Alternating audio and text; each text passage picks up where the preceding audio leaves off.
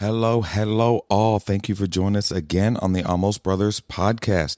Hey, will you do us a favor? If this podcast has meant something to you and encouraged you, will you consider becoming a monthly supporter? You could do $3, $5, $8, or $10 a month. What this does is this helps financially support the podcast so that we can continue to put out content and help better serve you. So if you would, down in the show notes, you can click the link, support, and become a monthly member. We love you. New episode coming your way. I mean, I don't know how much I know the back of my hand, but there's that. Are you talking about, am I ready? You're not ready. Nope. There you go. How about now? All right. Good job, Richard. Man, you take a couple weeks off and you act like you don't know what you're doing. Because I don't. That's true. Well, good thing you had 45 pounds of sugar today.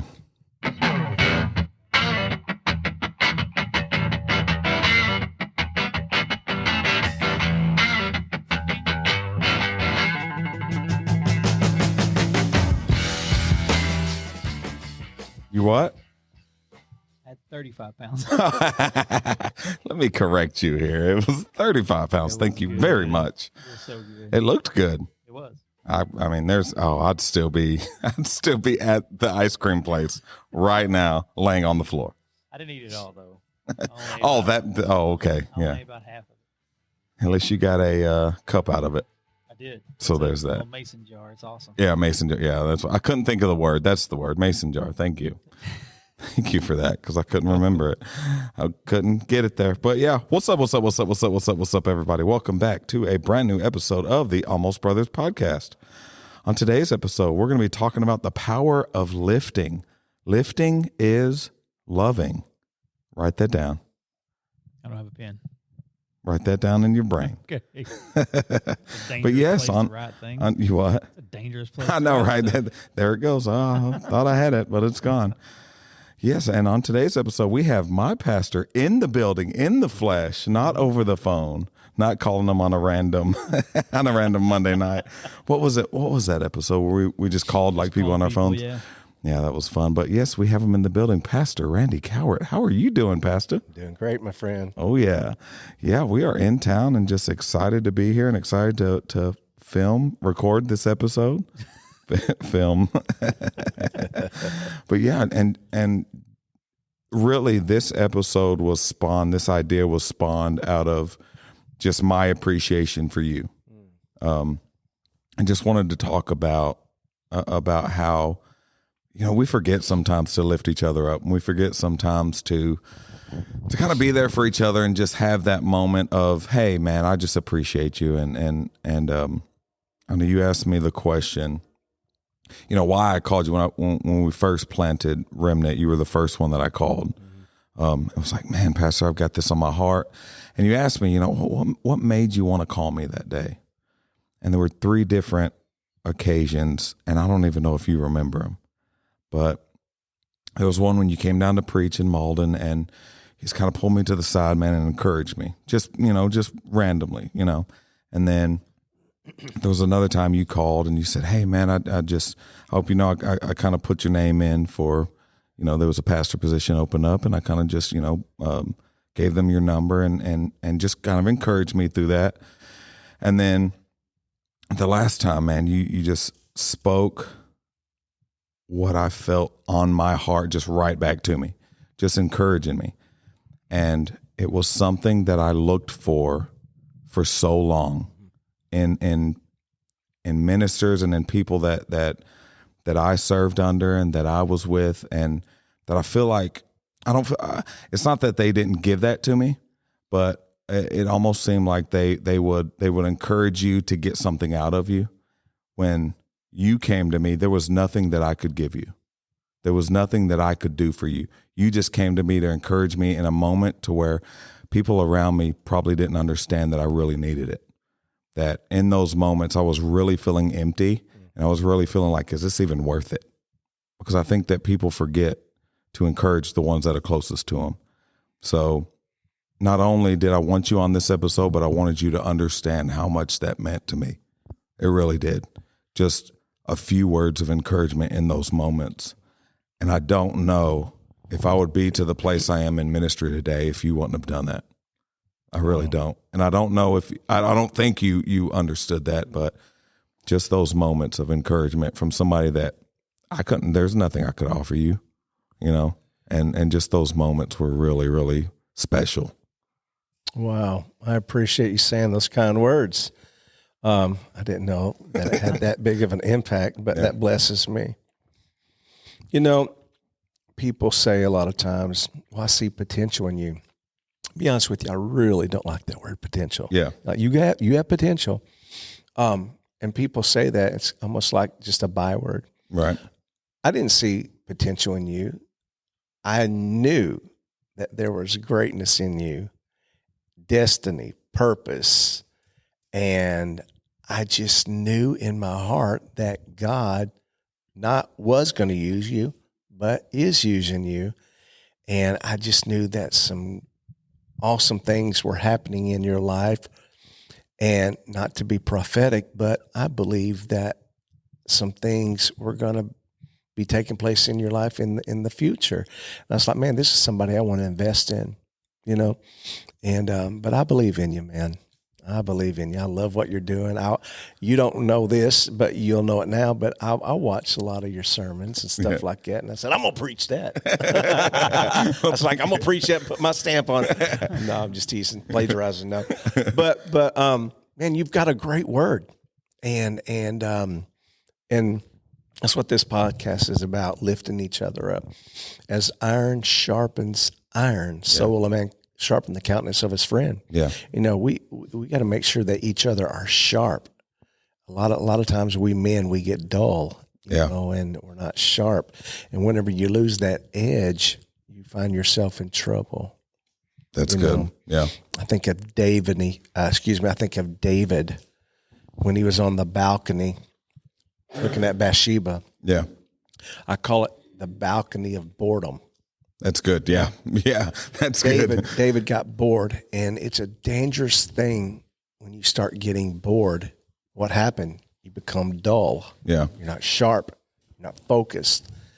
And so I tell men in our church and a lot of people when I'm speaking different places, I said, man, don't lose your focus because there's a distraction out there.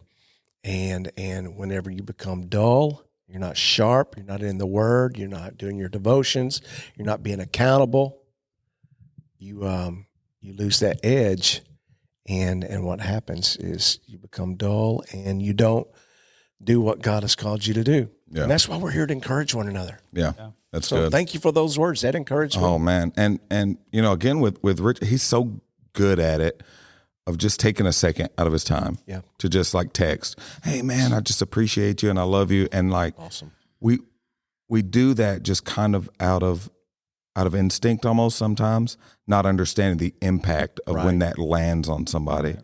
Like you just randomly in the middle of a Monday and I'm like dealing with a bunch of sixth graders. I love y'all, but sometimes it's crazy, but great. And just getting that text and like, oh man, I sent you a Kevin James gift the other day. Yeah, you did. Yeah. But sometimes we forget to do that to the very ones that encourage us. Right. We talked about this earlier. Sometimes the biggest encouragers are the ones that need encouragement the most because they're so busy and pouring into others that they feel empty. That it's like, man, I'm pouring and I'm pouring and I'm pouring. And especially as men, we feel ashamed to tell each other, I'm struggling, man. I just need some encouragement today.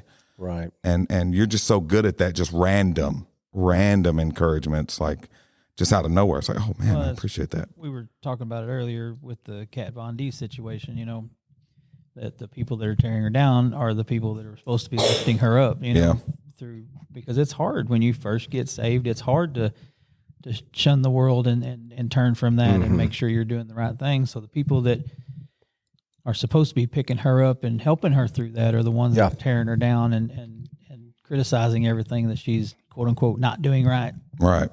And it's and social media is horrible about it. Like any little thing you do wrong, they're going to nitpick it. I mean, you can't do anything right on Facebook or any other social media. You just have to constantly be on your guard, and it's frustrating.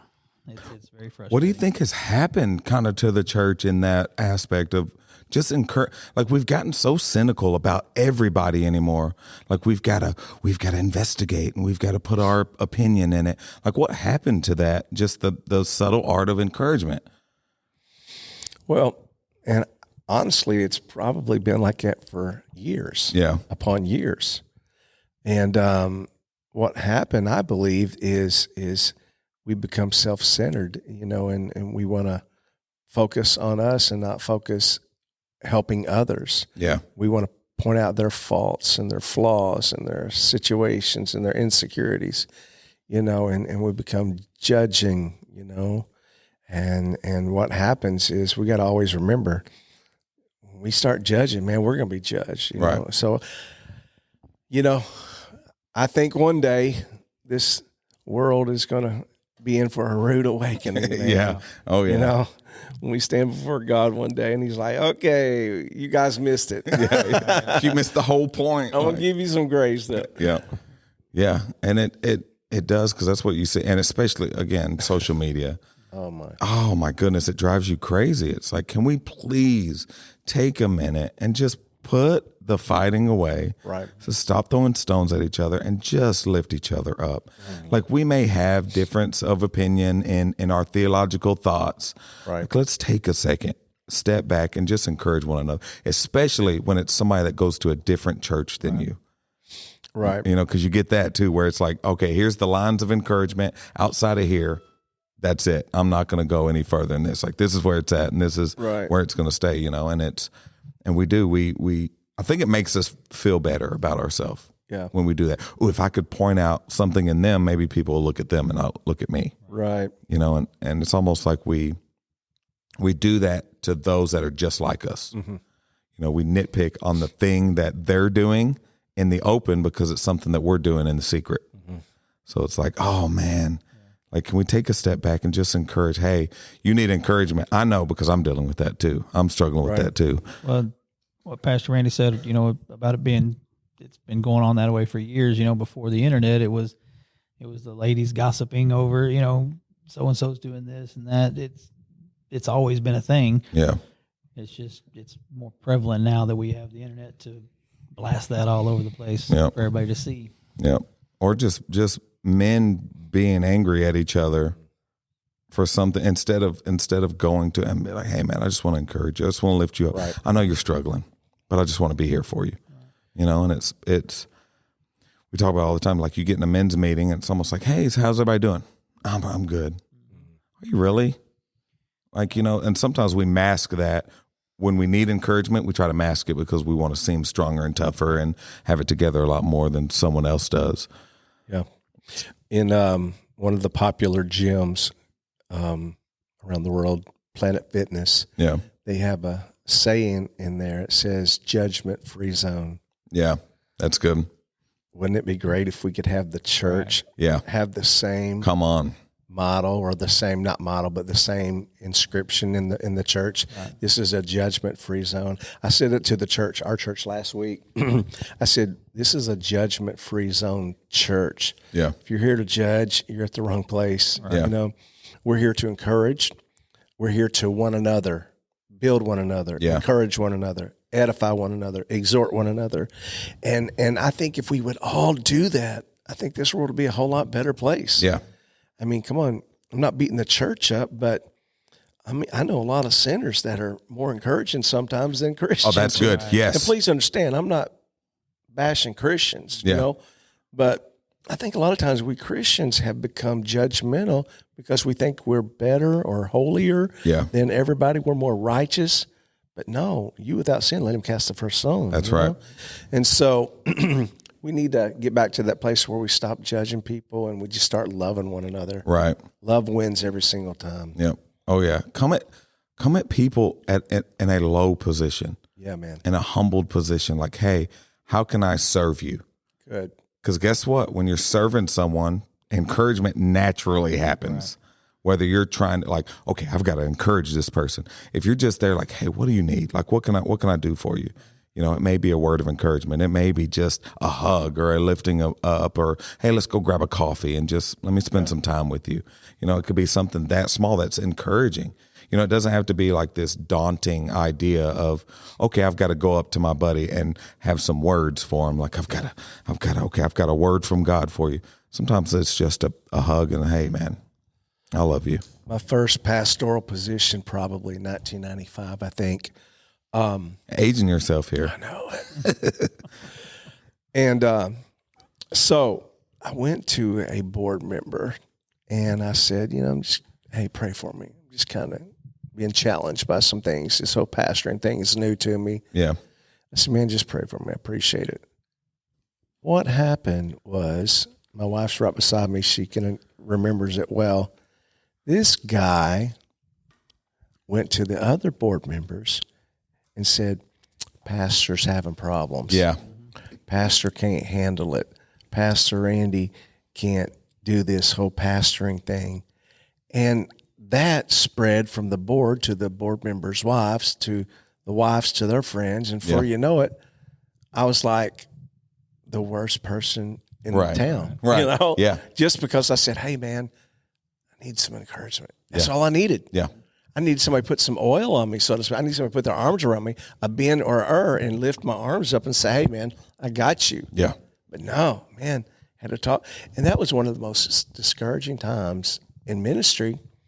But we had enough God in us, friends outside of church that encouraged us, and we continued on.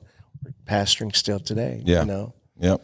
And but had we allowed that discouragement to really take root in our heart, man, we would have become bitter. Right. Maybe not in the ministry. And so that's why it's so important to discern what somebody's going through. Yeah. You know, and just that simple touch, man, that, you know, some people in church just have that gift of putting their arm around you. Hey, man, it's going to be all right. At the perfect time. That gift of smile. I got a lady in this church. She don't sing. She don't, you know, like work out in the property, or she don't move chairs around. But she can smile, and man, that's her ministry. Yeah. She's like, hey, good morning. And she's got that gift, you know, of blessing you with her good morning. Yep. That big old smile that makes you feel welcome. Oh, yeah. That's all people need. And I Right. needed that smile. And you went through kind of that same situation, didn't you? Kind of, you know, going to somebody for. Yeah, I went to a pastor that we had, and I was a Sunday school teacher at that time. It was before I became ordained or anything, and I just, confided in him that I was, what I was struggling with, and his immediate response was, "Well, we're going to have to remove you from that position immediately, so that you can, pray over that and make sure that you don't have that sin in your life." And it took me a long time to figure out that wasn't a godly response, Right. to that problem. It's the same thing that you dealt with. Is just instead of lifting me up and doing what God wanted him to do, which was to lead me, he condemned me, and it was hard. Yeah. It was a difficult thing to deal with, and I was fresh in Christianity. I was fresh in my calling as a pastor. I just felt that calling, so it could have easily turned into something where I was just like, I don't want to do this church thing anymore. And you never know what somebody's going through, and that one thing you say to them could make them like, no, I don't need God if this is the way it is. And that's what we always have to be aware of when we deal with people, is that may be the last thing that somebody says to them about God in a church. Right. I say it all the time. You're probably sitting beside somebody that's discouraged. Yeah. You're probably sitting beside somebody that may be depressed. Somebody behind you is going through something. And so be aware of your surroundings. Have discernment in you to be like, God, how can I help this person beside me? How can I help the person behind me? Because somebody needs encouragement. And, that just may be your assignment for the next 10 minutes. Yeah. We look at long-term. Here it is. I feel this one. We look long-term for assignments. Man, what's my assignment? Right. You know what your assignment is? For the next 5 minutes, Yes. the next 3 minutes. That's good. Encourage that person. That's something you said today that really hit me, talking about just sitting on a bench and like, God, what's my assignment for the next 10 minutes? Yeah. Send somebody in my path. Yeah. The small, like little things like that. So good. Yeah. And, we want to think, oh, God, what's your will for my life? Well, my will for your life is to sit down and encourage somebody. Yeah. Right. Yeah. Oh, but I thought it was going to be a microphone in the Right. hand. Right. Going to be on the platform, on the stage, Yep. Africa, wherever. Right. No, right beside you, Yep. right in front of you. You don't realize how the domino effect that causes. Yeah. So, y'all situation, say you would have got bitter at that moment. Now both of y'all are bitter. Now that boils down to your kids. Now, say y'all step away from the ministry altogether, completely changed a whole family's life. Right. From somebody. Same with you. It would have went just down the line, or the opposite. You encourage somebody, now all of a sudden they're ready to go. They're refilled. Like, all right, let's go.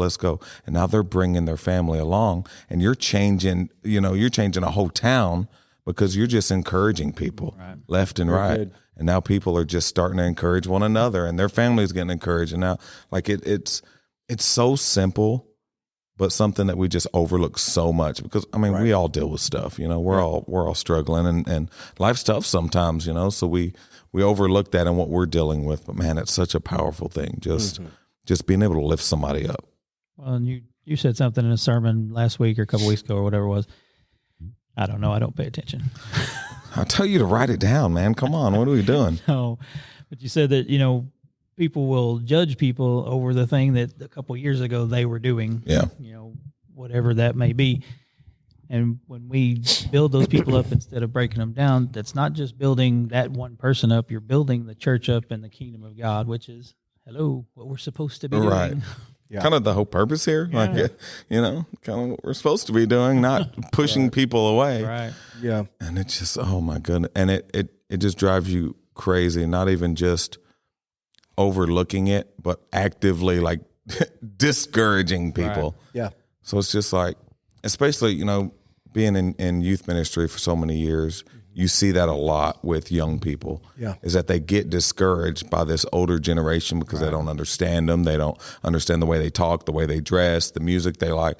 They just don't understand them. So they very quickly just put a wall up. Right. I just don't get it. That's them. It's stupid. I don't like it. And this is us. So they're just like discouraged. Like, all right, well, we don't have a spot here. We're not accepted here. Yeah. So it's like, and same thing with, it always drives me crazy. Like white church, black church. We put that wall up because, we don't understand them. So it's automatically discouraging. Someone comes in and goes, okay, I'm not welcome here. Because I don't fit in with whatever's going on. It's like, man, we just need to come together and encourage one another and be here for one another and say, you know what, enough is enough. Let's get rid of these little lines we draw in the sand and say, hey, let's lift each other up. Yep. Well, and you can fill in the blank in churches all over America. He's got too many tattoos. She's not wearing the right clothes. He smells like beer. Yeah. Whatever that church has rejected. Yeah. It's a lot. You know what encouragement is? Encouragement is you're placing courage in someone. That's good. I mean, it's etymology, Yeah. study of words. Encourage. You're giving somebody courage. When you encourage me, you're encouraging me to be courageous. Yeah. And to overcome. You can overcome this situation. You're instilling courage in me. Yeah. That's the word, encourage. Right. That's good. Yeah. You're placing courage in me. You're not dissing me, Yeah. discouraging me. You're encouraging me. You're placing something within me. And like we said earlier, it could just be that simple arm around, touch on the shoulder. Hey, man, you're going to be all right. Or that smile. That may be all it takes to give somebody courage for that next hour. Yeah. Yeah. So I want to ask you, what is your favorite way to be encouraged? Maybe it'd be a text, a phone call, a hug, what it may be, like one of your favorite ways to get encouraged from, whether it be a buddy or your wife or your kids or whatever it may be. Buy me a pair of shoes. Oh, nice. Oh, I like it. Okay. That's encouraging. I like it. This podcast was getting too deep and serious. I had to lighten it up. Had to encourage myself. Right. I'm just kidding. No. Go ahead. Oh, yeah. I'm just like you. That random. Jennifer, who's over here and won't talk on the podcast, but The ice cream today. That's what it is. That was encouraging, wasn't it? The sushi right after Glory to that. God. So, yeah, That was something, man. Whew. all we've done is ate. I gained 15 pounds just looking at y'all's ice cream. That's enough. Don't be silly. But anyway, when she just randomly texts me or you or whoever it is, text or call, just to say, hey, I love you. Just to know that you're being thought of, to know that you're important to somebody. Yeah, that's good. There's this book, the 5 love languages. Yeah. Which is a powerful book. But there's many ways that helps me is just affirmation. Yeah. Growing up in the boot heel of Missouri. Yeah. You needed a lot of encouragement. Yeah, that's right. That's right. Yeah. And so when someone says, man, that was great, or that was awesome, that instills courage in me to like, hey, I want to do better. Yeah. Man, that was a great word. That puts courage in me to get another word to help somebody else. Yep. But just that little pat on the back. Sometimes, man, that's all I would desire. It's like, man, just letting me know that, hey, you did a good job. Yeah. And man, I had a basketball coach in junior high. I won't name the coach. I'll never forget this. I would always go up to him, Michael, after the ball game. And I only got to play 2 or 3 minutes a game, because I was the smallest one. But anyways, I got to play. But that was with Robert Eisen, right? All those the guys, big, Kilgore, yeah. And so boys, I was like, he put me in, coach. And I got to play 2 or 3 minutes. But after every ball game, I've told her, my wife, the story. I said, did I do okay, coach? He's like, yeah, you did great, Randy. Great. Next ball game. Did I do okay, coach? Yeah, man, you did great, Randy. Good job. I mean, almost after every ball game, I would ask him, did I do all right, coach? And one time he finally said, Randy, you don't have to ask me that anymore. You did a great job or I wouldn't put you in. Right. But the life that I had growing up, I needed that encouragement, man, because I wasn't getting it at home. Right. That's good. And so a lot of people are looking for that encouragement because they're not getting it from anybody. And that's why we as believers have got to be discerning. I used that word several times. Holy Spirit, show me who needs to be encouraged today. Yeah. Who is my assignment? Yeah. But that's what I needed, That's good. And still to this day, I love it. My wife used to say, that's a great sermon. Yep. But I went to her before. What did you think? I said, hey, how was the sermon today? Yep. She said, well, it was good, and I'm like, I bombed it, huh? Like, oh man. Thanks for the encouragement. But no, she's been triple. But that instilled within me, okay. Yeah. Work a little bit harder. Oh yeah. One of our foster kids, Zane, when we got him, that's what he would constantly, anything he did, clean his room, pick up something, whatever, he would come to, did you see that I did that? Did you see that? Because he wasn't getting that. It was nobody paid attention to him. Yeah.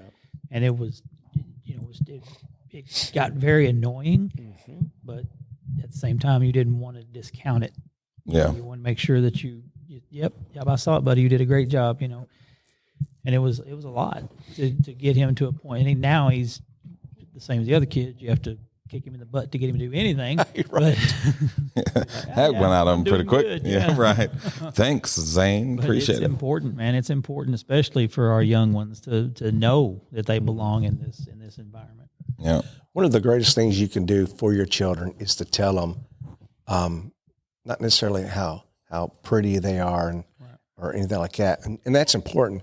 But to tell them, say, you're a smart individual. That was a wise decision. Yeah. Instill wisdom in them. And, because, everybody's going to tell them they look pretty and stuff like that. And I tell my 2 daughters are pretty. Oh, you look pretty. In fact, I told my 25-year-old, Kaylee, she's 27. I told her today, I said, your hair looks beautiful today. But, the affirmation goes a long ways. But it's more than just the exterior. Right. It's the internal, man. Right. You're smart. You have a great heart and stuff like that.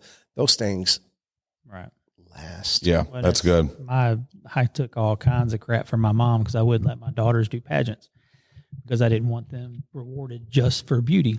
I didn't want them to think that was all that mattered. So my mom was just constantly, we should put her in a pageant. No. Hey, I was the same way, Richard. I didn't want Kaylee and Chloe to be in pageants because I didn't want somebody else judging them. Right. Yeah.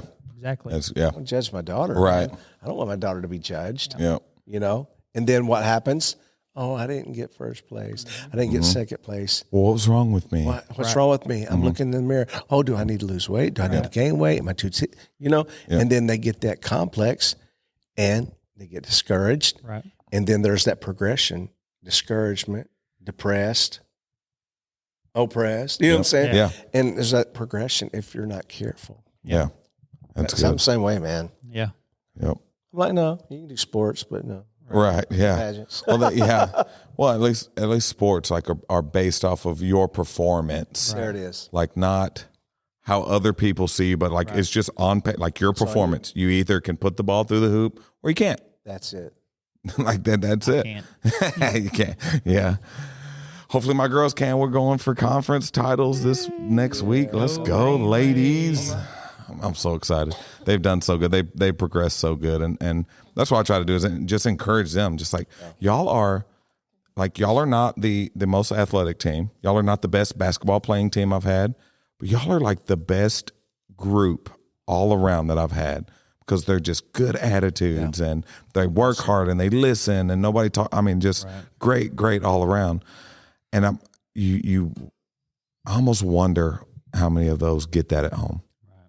You know, it's like, because you almost see them light up at that moment, just like, I did good. It's like, yeah, you did good. You did good. Because you see, you drop kids off. I used to drop kids off where, their bed was on the front porch and, their mom was gone and they're home alone and their grandma takes care of them. Yeah. And they don't get that. Jamie didn't get that growing up. She didn't get a mother and father that tucked her in and said, hey, I love you. You're smart. You're beautiful. You're awesome. She didn't get that. So like you almost search for that in other people because you didn't get that. So you almost overcompensate for that when you're not getting encouraged. So the first person that does that, now you latch on to them. And it may not be a healthy person. Right. They just happen to say something nice to you. Yeah. And now you're latched on to somebody that isn't good for you because they said one good thing. Well, that's what I went through when I was a kid. My dad wasn't around. So my mom was awesome. She was just amazing, but she raised us pretty much on her own. And I found myself discounting her encouragement because I couldn't get it from my dad. Right. It was like, okay, you're supposed to say that. You're my mom, and she didn't have to say that. I know that now. And thank you, Mom, if you're listening. Love you. Y'all on Channel 12? Oh, that's funny. Oh, we're on the radio with my mom. Right. Oh, yeah, on the radio. That's what she said. Y'all on the radio? Like, no, that's not exactly what. The night we called you, I called my mom also, and she called me the next day. Was I on the radio last night? No, Mom. Oh, that's so funny. And you know what? Really, for me, it's of course it's Jamie, but just the kids. Like when I see Bubby reciting the sermon, or telling me the points that I had, or Sissy, just you're the best dad ever. It's just like, what? You think I'm doing good? Like it's like because you do, and I think we all question ourselves in those things. Like, is it like, did I do good? Like, is it okay? Am I a good dad? Am I a good husband? Like, am I good at was that a good word? Did it make sense? Like.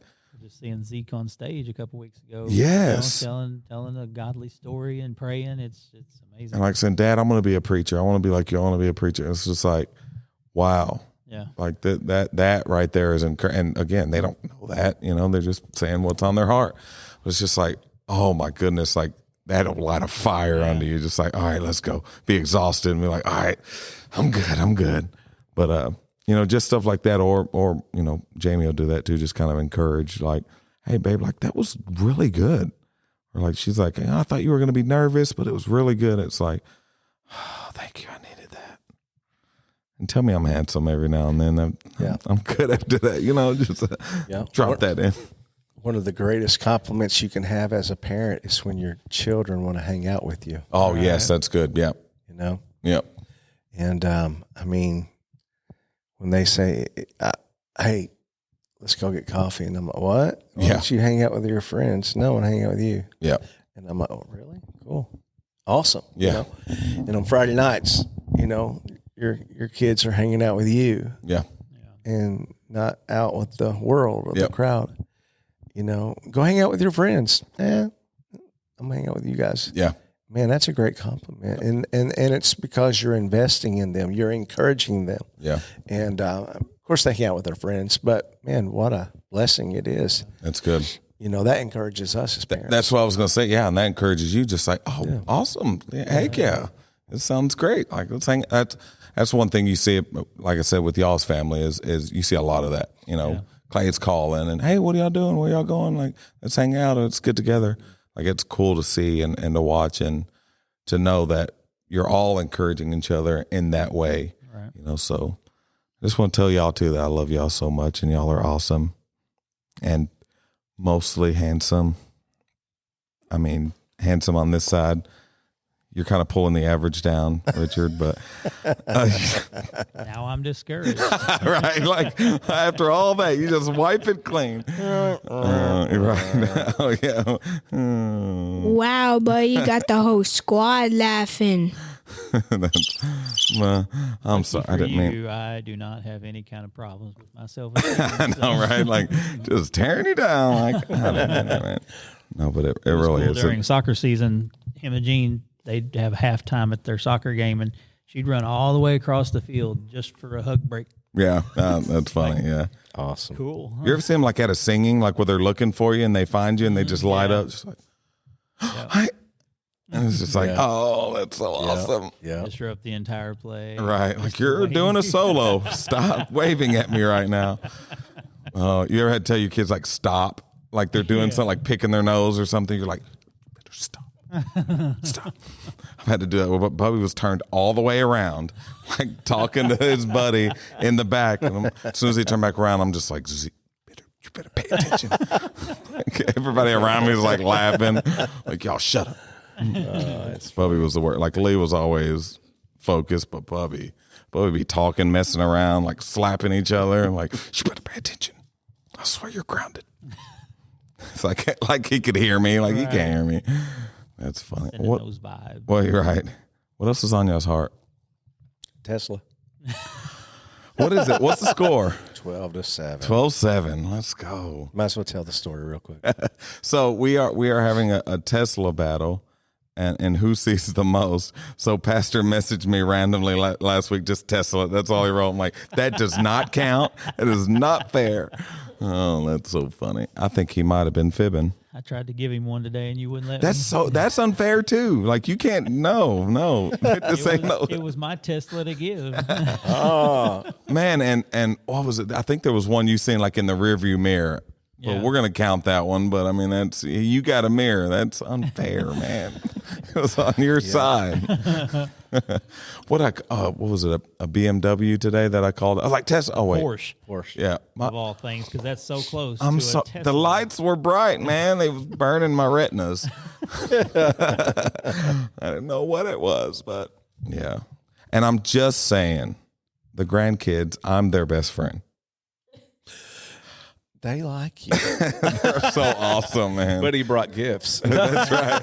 Yep. That just No, shows they they love have you. poor character judgment. Right, yeah. They love Pastor Mike. Oh man, they're so awesome. Yeah, I was. Pretty cool. I had to pull him off of him this morning. I was like, let him breathe. Pastor Mike, Pastor Mike, Pastor Mike. Yeah. Let him breathe.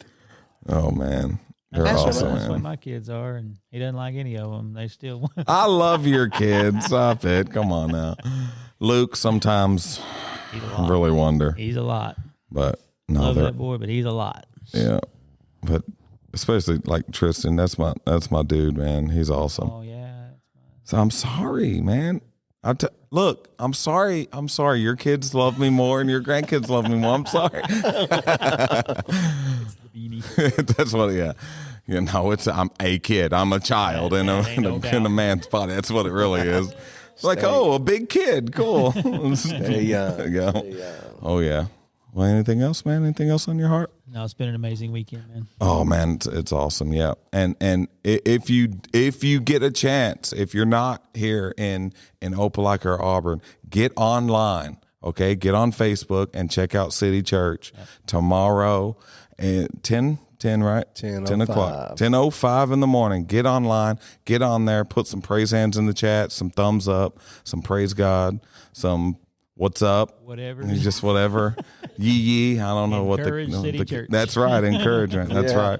But yeah, check it out, and we love y'all so much. Thanks for listening. Thanks for having me, man. And I love y'all. Yep. Love you. Y'all are awesome. Hope you're encouraged. Yeah, Pastor you have Don, anything to you don't. Oh yeah. Well, love y'all so much. Hey guys, thanks for hanging out with us today. If you don't have a home church, come see us at Remnant in Malden, Missouri. Service times are 10 a.m. and 4 p.m. on Sunday. And do us a favor, man, and go to your podcast platform. Give us a like, subscribe, and rate us, please. And share. God bless each and every one of you. Later.